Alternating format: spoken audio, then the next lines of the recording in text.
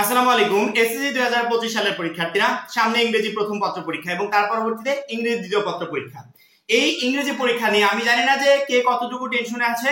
শুধুমাত্র পূর্ববর্তী অভিজ্ঞতা থেকে, অর্থাৎ বিগত বছরগুলো যে পরীক্ষা হয়েছে সেই অভিজ্ঞতা থেকে একটা কথা বলতে পারি যে আমাদের যেই সাবজেক্টগুলোতে সবথেকে বেশি পরিমাণে রেজাল্ট খারাপ হয় তার ভিতর ইংরেজি একটা সাবজেক্ট। যেহেতু ইংরেজি প্রথম এবং দ্বিতীয় দুইটা পত্র মিলে গ্রেডিং সিস্টেমটা হয়, সেক্ষেত্রে দুই সাবজেক্টে এর উপর ইফেক্ট পড়ে। এখন ইংরেজি প্রথম পত্র বা ইংরেজি দ্বিতীয় পত্র এই বিষয়গুলো নিয়ে কে কতটা সিরিয়াস আমি জানি না।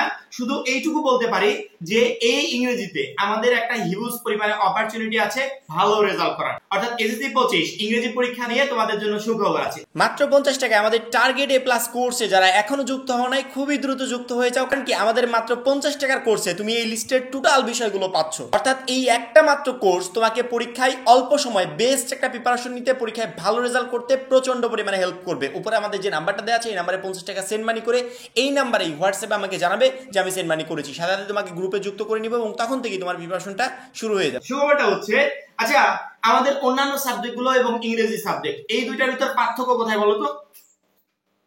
আমি জানি না যে কে কতজন উত্তর দিতে পারবে, তবে আমার উত্তর হচ্ছে পার্থক্য এইটাই যে অন্যান্য সাবজেক্টের একটা অংশ শিক্ষকরা দেখবে আর একটা অংশ বোর্ড কর্তৃপক্ষ দেখবে।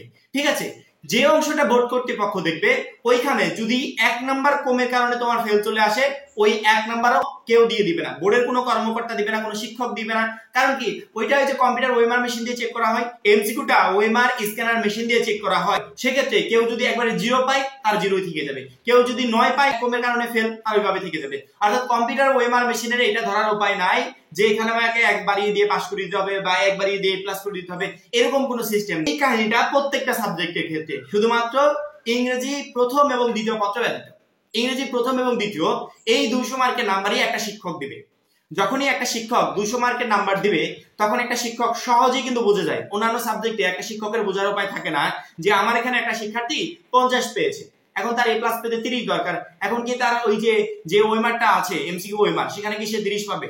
একটা শিক্ষক এখানে দেখতেছে যে 60 পেয়েছে একটা শিক্ষার্থী, এখন এমসিকিউ তে 20 পেলে তার এ প্লাস। শিক্ষকের বোঝার উপায় নাই যে ওই শিক্ষার্থীরা এমসিকিউ তে 20 পেয়েছে কিনা। কিন্তু ইংরেজি প্রথম এবং দ্বিতীয় পত্র খাতাটা টোটালি একটা শিক্ষকের হাতে থাকে। অর্থাৎ তোমার 100 মার্ক একটা শিক্ষক দেখবে, এভাবে 200 মার্কই দুইজন শিক্ষক দেখবে। একটা শিক্ষক তুমি পরীক্ষায় 70 পেয়েছো কি 80 পেয়েছো কি 85 পেয়েছো কি 90 পেয়েছো কি 95 পেয়েছো, টোটাল বিষয়টা শিক্ষকের আওতাধীন থাকে।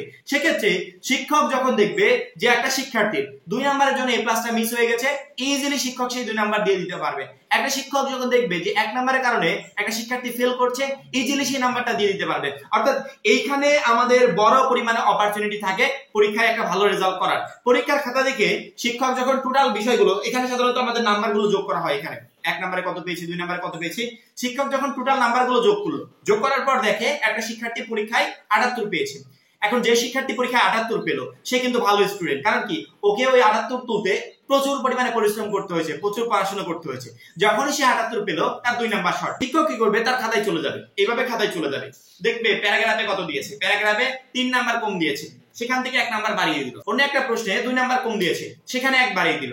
শিক্ষক ইজিলি তোমার প্রশ্নে যেখানে নাম্বারগুলো কম দিয়েছে সেখানে 1 করে বাড়িয়ে দিয়ে তোমার এই প্লাসটা করিয়ে দিত। এবং কোন শিক্ষকও, আমি মানে শিক্ষকের হাতে ফুল নাম্বার এমন কোন শিক্ষক কি থাকবে না যে একটা শিক্ষার্থীর 1-2 নাম্বারের জন্য ভবিষ্যৎটা নষ্ট করে দিবে। এমন প্রচুর পরিমাণ শিক্ষার্থী আছে যে সবগুলো সাবজেক্টে এ প্লাস পেয়েছে, একটা সাবজেক্টে এ প্লাস মিস, যার কারণে গোল্ডেন এ প্লাসটা মিস হয়ে গেছে।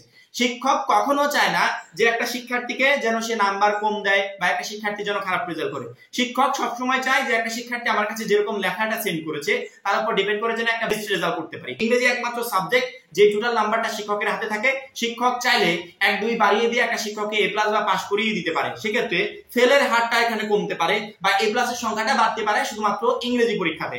এখন শিক্ষককে আমাকে সেই সুযোগ দিতে হবে, কারণ কি শিক্ষক আমার ফাঁকা খাতায় কখনো লিখে আমাকে পাস করিয়ে দিবে না বা এ প্লাস পাইয়ে দিবে না। আমি যেটা লিখে আসবো সেটা সঠিক হতে হবে, তার উপর ডিপেন্ড করে সর্বোচ্চ নাম্বারটা শিক্ষক দিবে। স্কুল পরীক্ষায় একটা প্রশ্নে 7 পেয়েছি, শিক্ষক সর্বোচ্চ নাম্বারটা দিবে, সেটাতে 8 দিতে পারে 10 দিতে পারে, তবে শিক্ষককে সেই সুযোগ করে দিতে হবে। শিক্ষক যেন আমার খাতায় সুন্দর করে নাম্বার দিতে পারে। এখন সেই সুযোগটা করবো কি হয়, প্রত্যেকটা প্রশ্নের উত্তর সঠিকভাবে লিখতে হবে, সুন্দর করে লিখতে হবে। শিক্ষক সাধারণত ইংরেজি পরীক্ষার খাতাগুলোতে যেরকম লেখা আশা করে বা যেভাবে লেখা আশা করে সেভাবে লিখতে হবে। এই ভিডিওটা পাবলিশ হওয়ার পর এবং তোমাদের ইংরেজি পরীক্ষার আগে আমরা একটা ভিডিও পাবলিশ করব ইংরেজি প্রথম পত্র খাতায় লেখার নিয়ম, ইংরেজি দ্বিতীয় পত্র খাতা লেখার নিয়ম, যেখানে একটা শিক্ষার্থী নির্দিষ্ট সময়ে প্রত্যেকটা প্রশ্নের উত্তর সুন্দর করে করতে পারবে। এখন শিক্ষার্থীরা বলতেই পারে যে প্রশ্নের উত্তর তো করবো, যদি প্রশ্নের উত্তর না পারি, যদি কমন না আসে, সেক্ষেত্রে করবো কিভাবে? আচ্ছা, আমাদের প্রাইভেট গ্রুপে যারা যুক্ত আছে এই সমস্ত শিক্ষার্থীরা আমার মনে হয় না যে জীবনেও আমাকে প্রশ্ন করে যে ভাইয়া যদি কমন না পাই।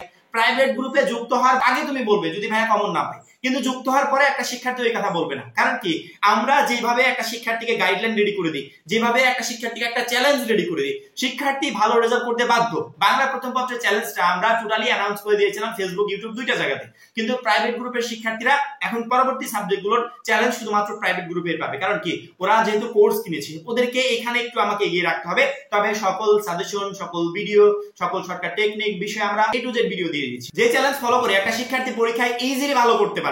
এবং ইংরেজি পরীক্ষার আগে ইংরেজি প্রথম এবং দ্বিতীয় পত্র সাবজেক্ট একবারে টোটালি কমপ্লিট করে পরীক্ষার হলে যাবে, ইনশাআল্লাহ সকল প্রশ্ন কমন থাকবে। সেরকম একটা চ্যালেঞ্জ, 24 ঘন্টা তুমি কখন কি পড়বে, কোনটার দিকে ফোকাস দিবে, কোনটা বেশি পড়তে হবে, কোনটা কম পড়তে হবে, কয়টা থেকে কয়টা পর্যন্ত পড়বে, আমাদের জাস্ট এই রুটিনটা ফলো করো। আমি গ্যারান্টি দিচ্ছি 3 দিন পর তোমার যদি এই ইংরেজি প্রথম পত্র সাবজেক্ট বা 2 দিন পর তোমার যদি ইংরেজি দ্বিতীয় পত্র সাবজেক্ট কমপ্লিট না হয় বা পরীক্ষায় যদি ভালো রেজাল্ট না করো, তার দায়ভার আমি নিব। অবশ্যই আমাদের গাইডলাইন, আমাদের রুটিন ফলো করলে তুমি পরীক্ষায় ভালো রেজাল্ট করতে পারতো। সেক্ষেত্রে ইংরেজিতে প্রতি বছর লক্ষ লক্ষ শিক্ষার্থী ফেল করুক, প্রতি বছর লক্ষ লক্ষ শিক্ষার্থী খারাপ রেজাল্ট করুক, কিন্তু 2025 সালে তো করার কথা না। বিশেষ করে যারা আমাদের সাথে প্রাইভেট গ্রুপে যুক্ত আছে, যারা ইউটিউবে আমাদের ভিডিওগুলো দেখছে, এই সমস্ত শিক্ষার্থীদের তো করার কথাই না। কারণ কি, তাদের পরীক্ষাটাকে যতটা সহজ করা যায়, একবারে ইজি করে তুলে ধরা যায়, তার সর্বাত্মক চেষ্টা আমরা করছি। প্রত্যেকটারই শর্টকাট টেকনিক দিয়ে দিচ্ছি, প্রত্যেকটা বিষয়ে একবারে সহজ সমাধান দিয়ে দিচ্ছি।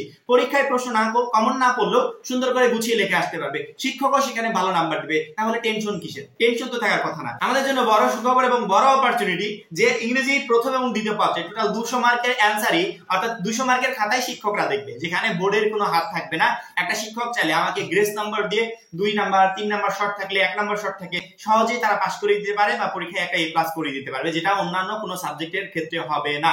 এইজন্য শিক্ষক যেহেতু ইংরেজিতে হাত খুলে নাম্বার দিবে, একবারে টোটালি আমরা যা কিছু লিখেছি তার উপর ডিপেন্ড করে বেস্ট নাম্বার দিবে, সেক্ষেত্রে ইংরেজি পরীক্ষার খাতাটাও আমাকে ওইভাবে লিখতে হবে যাতে শিক্ষক সেখানে নাম্বার দেওয়ার সুযোগ পায়। আশা করি প্রত্যেকটা শিক্ষার্থী বুঝতে পেরেছে। এখন এই পর্যন্তই। পরবর্তী ভিডিওর জন্য চ্যানেলটা সাবস্ক্রাইব করে রাখবে। সবাই ভালো থাকবে, সুস্থ থাকবে। আল্লাহ হাফেজ।